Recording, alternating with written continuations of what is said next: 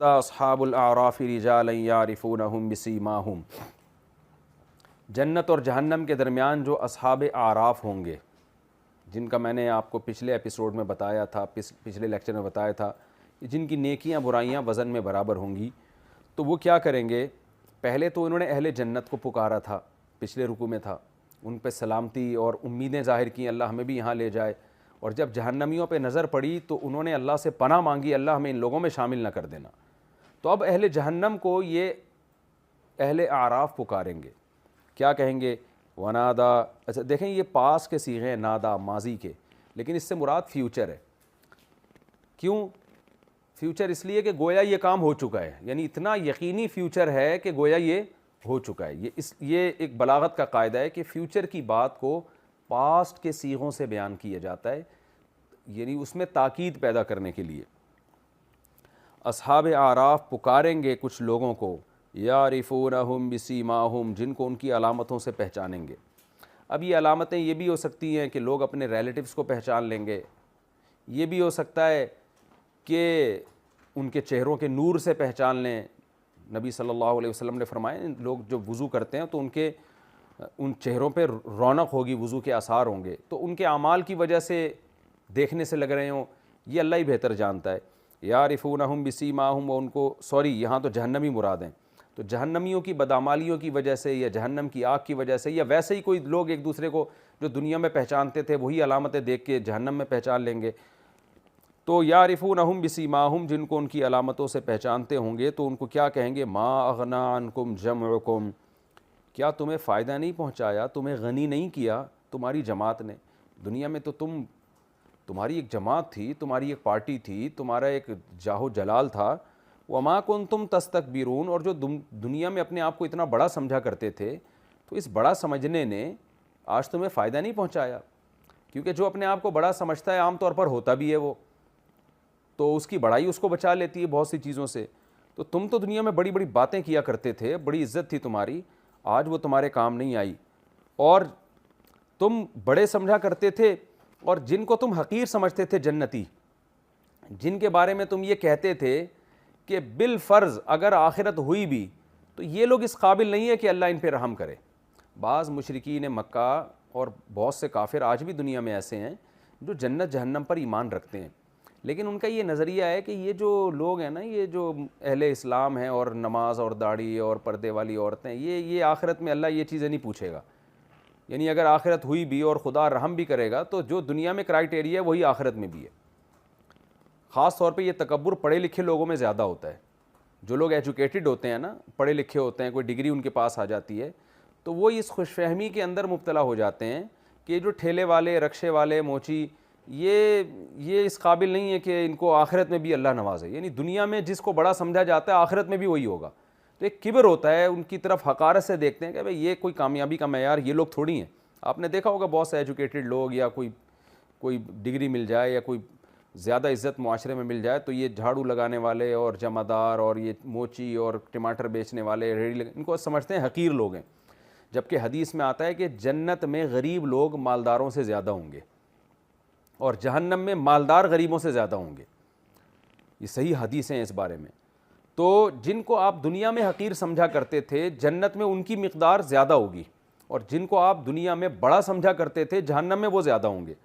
تو قرآن کہتا ہے اہؤلاء الذین اقسمتم، کہ اعراف جو ہیں، اصحاب اعراف، وہ جہنمیوں سے کہیں گے جنتیوں کی طرف اشارہ کر کے کہ یہ ہیں وہ لوگ جن کے بارے میں تم یہ قسمیں کھایا کرتے تھے کہ اللہ ان کو رحم کرے گا ہی نہیں، یعنی یہ ایسے پسماندہ لوگ ہیں کہ آخرت میں بھی اگر آخرت قائم ہو بھی گئی تو ان کو کچھ نہیں ملنے والا۔ تو یعنی تم کتنے بڑے بے وقوف تھے۔ تو اس سے اصل میں وہ یہ بتانا چاہ رہے ہیں کہ تم نے کامیابی اور ناکامی، عزت اور ذلت کا جو معیار گڑھا ہوا تھا نا، وہ تمہارا خود ساختہ معیار تھا، وہ حقیقی معیار نہیں تھا۔ تو یہ بہت اہم آیت ہے ہمیں اپنے آپ کو پرکھنے کے لیے۔ آج ہم نے بھی عزت اور ذلت کا جو معیار بنایا ہوا ہے نا، وہ دولت ہے، وہ شہرت ہے، وہ سامنے والے کا لباس، وضاقتہ، اس کا گریڈ، عمل کو ہم بھی فوکس نہیں کر رہے ہیں۔ تو یہ بہت اہم آیت ہے۔ اس آیت میں اس نظریے کی نفی کی گئی ہے کہ اللہ کی نظر میں عزت اور ذلت، جنت اور جہنم کا معیار آپ کے اعمال ہیں، وہ آپ کی دنیاوی وجاہت نہیں ہے۔ یہی تو دھوکہ فرعون کو ہوا تھا، موسیٰ علیہ السلام کو طعنے دیا کرتا تھا، ام انا خیر من ھذا الذی ھوا مہین، لوگوں سے خطاب کرتا کہ میرے پاس باغات ہیں، نہریں ہیں، مصر کی حکومت ہے، میرا سکہ چلتا ہے، میرا آرڈر چلتا ہے، میں بہتر ہوں یا یہ مسکین جو کمزور ہے، مہین ہے، ایک غلام قوم میں پیدا ہوا اور اس کے پاس سونے کے کنگن نہیں ہیں، میرے محل میں پلا یہ صندوق سے میں نے نکالا تھا اس کو۔ تو یہ تکبر جو ہے نا، یہ غلط فہمی آج بھی بہت سارے لوگوں میں ہے۔ تو اللہ فرماتے ہیں وہ اصحاب اعراف ان جہنمیوں سے کہیں گے ان کے بارے میں تم کہا کرتے تھے۔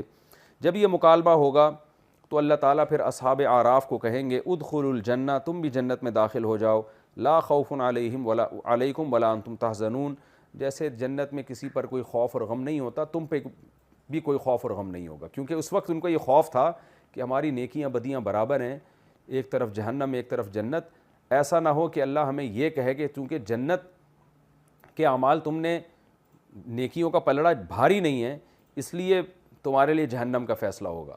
تو وہ ڈرے ہوئے تھے اس بات سے، لیکن اللہ ان کے اس خوف کو دور کر دے گا، کیونکہ حدیث میں آتا ہے کہ اللہ کی رحمت ہمیشہ اللہ کے غضب پہ غالب رہے گی، تو اللہ اپنی رحمت سے ان کو جنت میں داخل کرے گا۔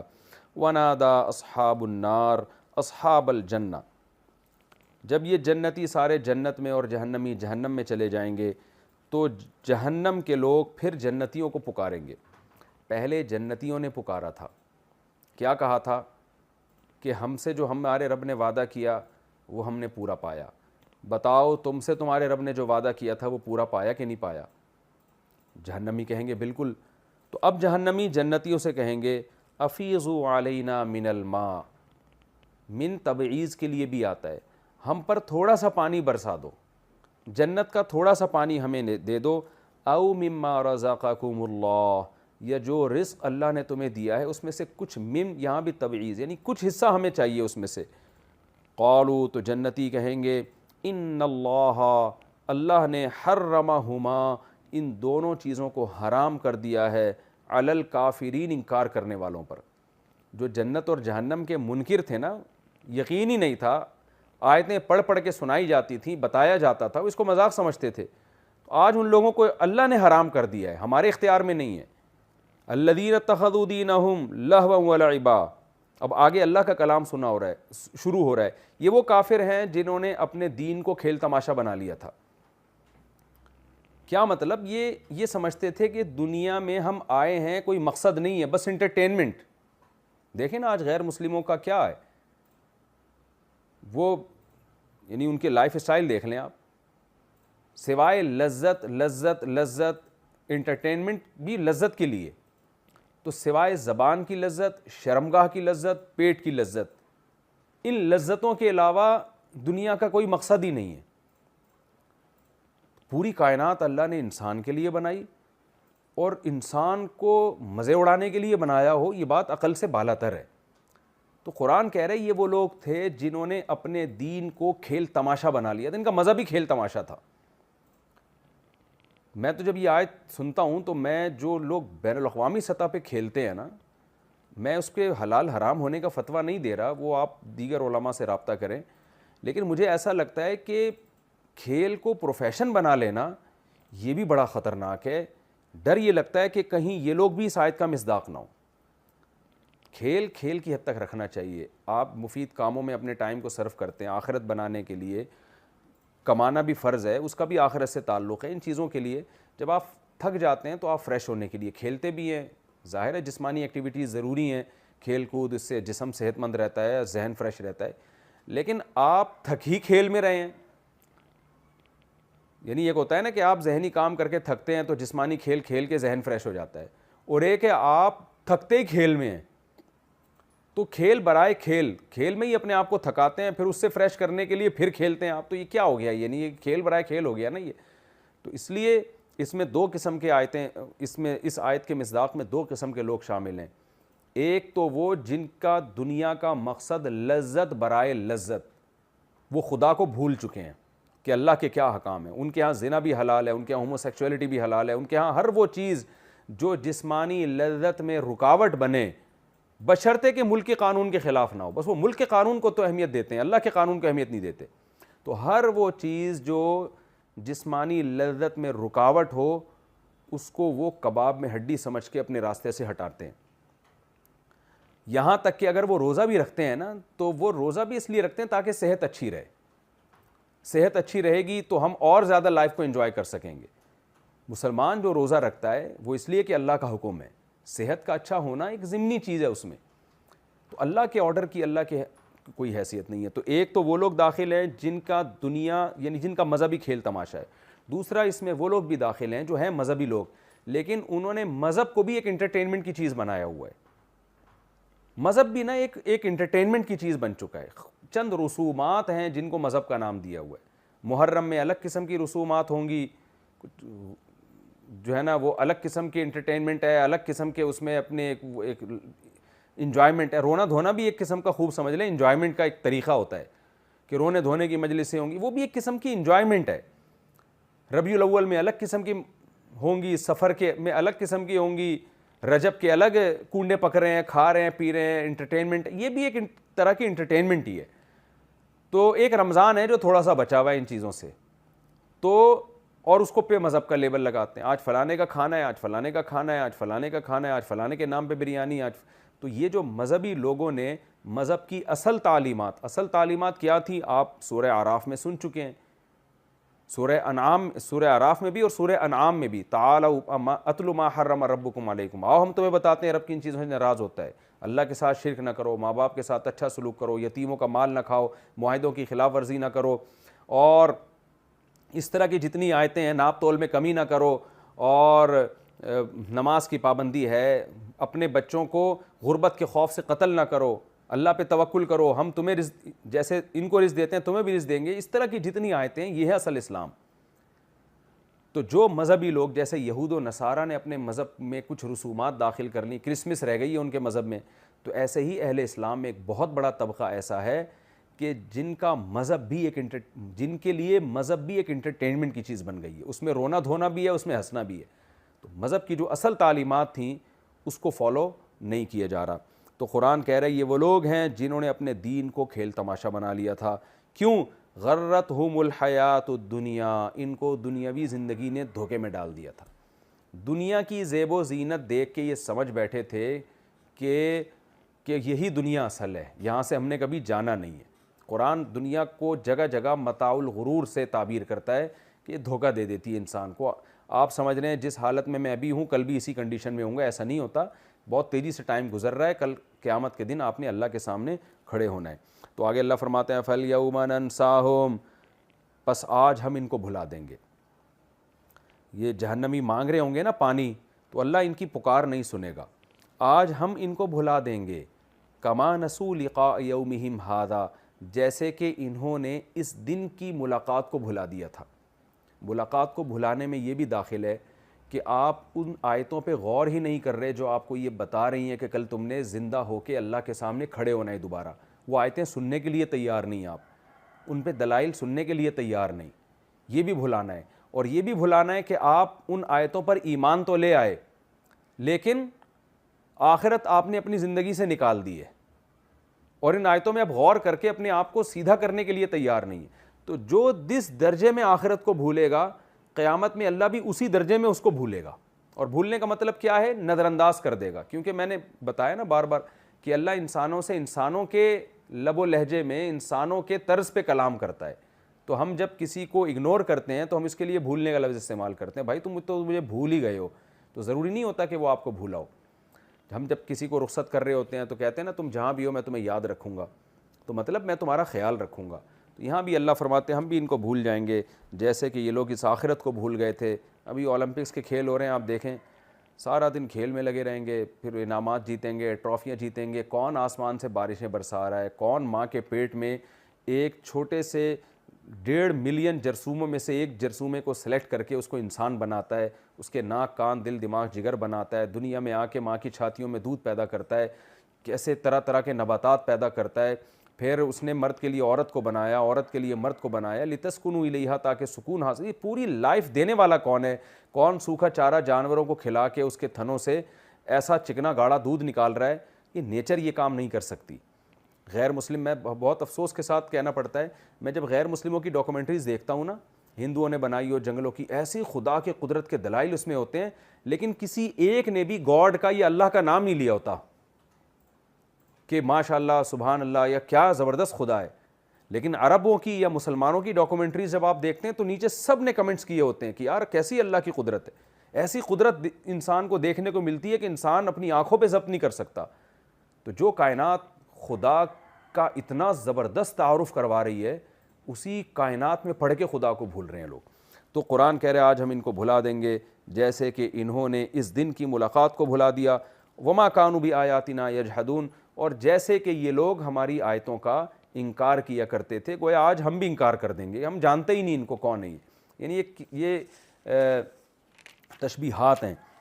آگے اللہ تعالیٰ فرماتے ہیں وَلَقَدْ جِئْنَاهُمْ بِكِتَابٍ, تحقیق ہم ان کے پاس ایک کتاب لا چکے ہیں, یہی کتاب جو ہم پڑھ رہے ہیں, فَصَّلْنَاهُ, جس کو ہم نے کھول کھول کے بیان کر دیا. اب بتائیے اس سے زیادہ کیا کسی چیز کو ڈیفائن کیا جائے گا. اللہ نے صرف یہ نہیں کہا کہ جنت جہنم ہوگی, جنت اور جہنمیوں کے آپس کے مکالمے, ان کی باتیں, کیسے وہ پانی کو ترسیں گے اور کیسے اللہ ان کو بھولے گا. تو قرآن کہہ رہا ہے تحقیق ہم ایک کتاب لا چکے ہیں جو علم کی بیس پر, یعنی اللہ کی نالج اور اللہ کے علم کی بیس پر ہم اس کو کھول کھول کے بیان کر رہے ہیں. ہدن, اس میں گائیڈنس ہے, ہدایت ہے, تمہیں بتا رہی ہے صحیح کیا ہے غلط کیا ہے. ورحمتاً, اور رحمت بھی ہے, عمل کرو گے فائدہ اٹھاؤ گے. لقوم یؤمنون, ان لوگوں کے لیے جو ایمان لانا چاہتے ہیں, جو چاہتے ہیں کہ ہمیں صحیح بات ملے تو ہم اس پہ یقین کر لیں گے. تو ان لوگوں کے لیے یہ کتاب ایسی ہے کہ جب پڑھیں گے تو ان کو یقین آ جائے گا, اور پھر ان کو اس سے گائیڈنس ملے گی, تو ان کے لیے یہ کتاب رحمت بن جائے گی. اور جو چاہتے ہی نہیں ہیں, جن کا یہ نظریہ ہے کہ ہمیں اس سے غرض ہی نہیں ہے کہ صحیح کیا اور غلط کیا, ہمیں تو اپنی دنیا کی لائف کو انجوائے کرنا ہے, ان کے لیے یہ کتاب رحمت نہیں ہے. هل ينظرون الا تاویلا, کچھ بدبخت ایسے بھی ہیں جو رزلٹ کا انتظار کر رہے ہیں. بھئی قرآن جو باتیں کر رہا ہے جنت جہنم کی اور یہ ہوگا وہ ہوگا, وہ ہمیں دکھا دو. تعویل کا میں نے مفہوم بیان کیا تھا نا ترجمے میں, کہ اس کا انجام دکھاؤ ہمیں کیا ہوگا. تو اللہ فرماتے ہیں جس دن انجام آئے گا نا, تو اس دن جب انجام اپنی آنکھوں سے دیکھ لو گے تو پھر ایمان مقبول نہیں ہوگا, پھر کوئی فائدہ نہیں ہوگا ایمان کا. یوم یاتی تاویلہ, جس دن اس کا انجام دیکھو گے اپنی آنکھوں سے تو پھر ایسا نہیں ہوگا کہ تم ایمان لاؤ گے اور پھر ہم تمہارے ایمان کو قبول کر لیں گے. انجام جب آئے گا نا تو پھر یہ ہوگا جو تم یہ باتیں کہو گے تم. یقول الذین نسوہ, وہ لوگ کہیں گے جو اس کے انجام کو یا اس قرآن کو بھول چکے تھے, من قبل, اس سے پہلے. کیا کہیں گے؟ افسوس کا اظہار کریں گے. یہ نہیں کہیں گے کہ ہاں جی اب ہم نے اپنی آنکھوں سے دیکھ لیا, ہم بڑے خوش ہیں, ہم ایمان لے آئے, اب ہمیں جنت میں بھیجا جائے. چیخیں گے, پکاریں گے, کیا کہیں گے؟ قد جاءت رسول ربنا بالحق, ہمارے پاس ہمارے رب کے پیغمبر حق کے ساتھ آئے تھے, واقعی صحیح باتیں کر کے گئے تھے, وہ آج ہم اپنی آنکھوں سے دیکھ رہے ہیں. فہل لنا من شفعاء, ہمارے پاس تو ایسا عمل نہیں ہے کہ بخشش ہو جائے, کیا کوئی ہمارے سفارشی ہیں؟ فیشفعوا لنا, جو ہماری سفارش کر لیں. او نردو, یا ایک دفعہ اللہ ہمیں دوبارہ مہلت دے دے, ہم دوبارہ دنیا میں جائیں, فنعمل, پھر ہم وہ عمل کریں, غیر الذی کننا نعمل, اس کا غیر ہو جو ہم دنیا میں کیا کرتے تھے. دنیا میں تو کھیل تماشوں میں ہم نے اپنی زندگی برباد کر دی, دنیا میں تو انٹرٹینمنٹ میں زندگی برباد کر دی, تو کیا ہم اس کے علاوہ ہمیں عمل کی مہلت مل سکتی ہے؟ اللہ فرماتے ہیں قد خسروا انفسہم, انہوں نے برباد کر دیا اپنے آپ کو. وضل عنہم ما کانوا یفترون, اور جو جھوٹ یہ گڑھا کرتے تھے وہ جھوٹ بھی آج ان سے گم ہو گیا ہے. وہ اکثر مشرکین گڑھا کرتے ہیں کہ یہ ہمارے فلانے دادے اور یہ بت اور یہ جو چیزیں ہمیں سفارش کر کے اللہ کے عذاب سے بچا لیں گی, تو اللہ فرماتے ہیں وہ بھی آج